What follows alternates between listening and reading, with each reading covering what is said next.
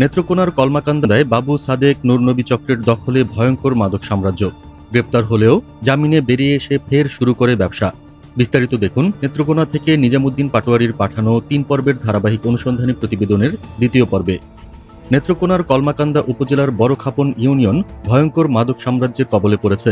স্থানীয়রা সরাসরি অভিযোগ তুলেছেন, উপজেলার গুতুরা বাজারের জজ মিয়ার ছেলে বাবু ও সাদেক, ইউনিয়নের নূরনবী, এ আমিন, পল্টন, জাহাঙ্গীর, কবির, তোতা মিয়া, বরৈগন্ধ গ্রামের খায়রুল মিয়া এবং চৌহাটি গ্রামের সবুজ মিয়া সহ আরও অনেকে দীর্ঘদিন ধরে প্রকাশ্যে মাদক ব্যবসা চালাচ্ছে। ইউনিয়নবাসীর অভিযোগ, প্রতিটি গ্রামে এই সিন্ডিকেটের শাখা বিস্তার করেছে। এদের বিরুদ্ধে পুলিশ মাঝে মাঝে অভিযান চালিয়ে গ্রেপ্তার করলেও অল্প সময়ের মধ্যেই তারা জামিনে বের হয়ে আবার একই ব্যবসা শুরু করে। ফলে পুরো ইউনিয়নে মাদকের নেটওয়ার্ক ভয়াবহ আকার নিয়েছে।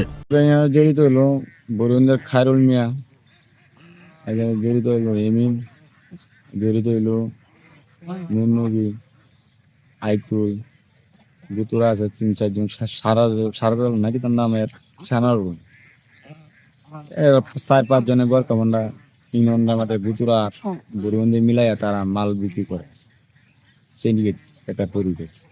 গ্রামের শিক্ষকরা জানান, যুব সমাজ প্রতিনিয়ত মাদকের কবলে পড়ছে।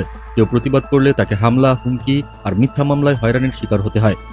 আমাদের গ্রামে এখনো সরাসরি মাদকের পোলাপান হুমকি টুমকি দেয়, দিয়ে এই অবস্থায় মাদক সরাসরি খুব বেশি ইয়াং যুবকরা নষ্ট করে বলতেছে। এই বিষয়ে আমি উপরস্থ যারা প্রশাসন আছে অনুরোধ করতেছি এই বিষয়ে তৎপরতা নেওয়ার জন্য। সাদেক কি আপনি কি ব্যবসা করে? সাদেকে জন্মগত ব্যবসা এই লাইনের যত ব্যবসা, মানে মাদকের লাইনে যত ব্যবসা সব ব্যবসা করে। স্থানীয়রা আরও জানান, শুধু মাদক নয়, এরা চুরি, ছিনতাই সহ নানা অপরাধমূলক কর্মকাণ্ডেও জড়িত। কিছুদিন আগে এক তরুণের মৃত্যুর ঘটনাকে তারা সতর্কবার্তা হিসেবে দেখছেন। তাদের আশঙ্কা, এখনই কঠোর ব্যবস্থা না নিলে বড় ধরনের প্রাণহানির ঘটনা ঘটতে পারে। কলমাকান্দা থানার অফিসার ইনচার্জ অগ্রযাত্রাকে বলেন, প্রকৃত মাদক ব্যবসায়ীদের চিহ্নিত করে আইনি ব্যবস্থা নেওয়ার প্রক্রিয়া চলছে।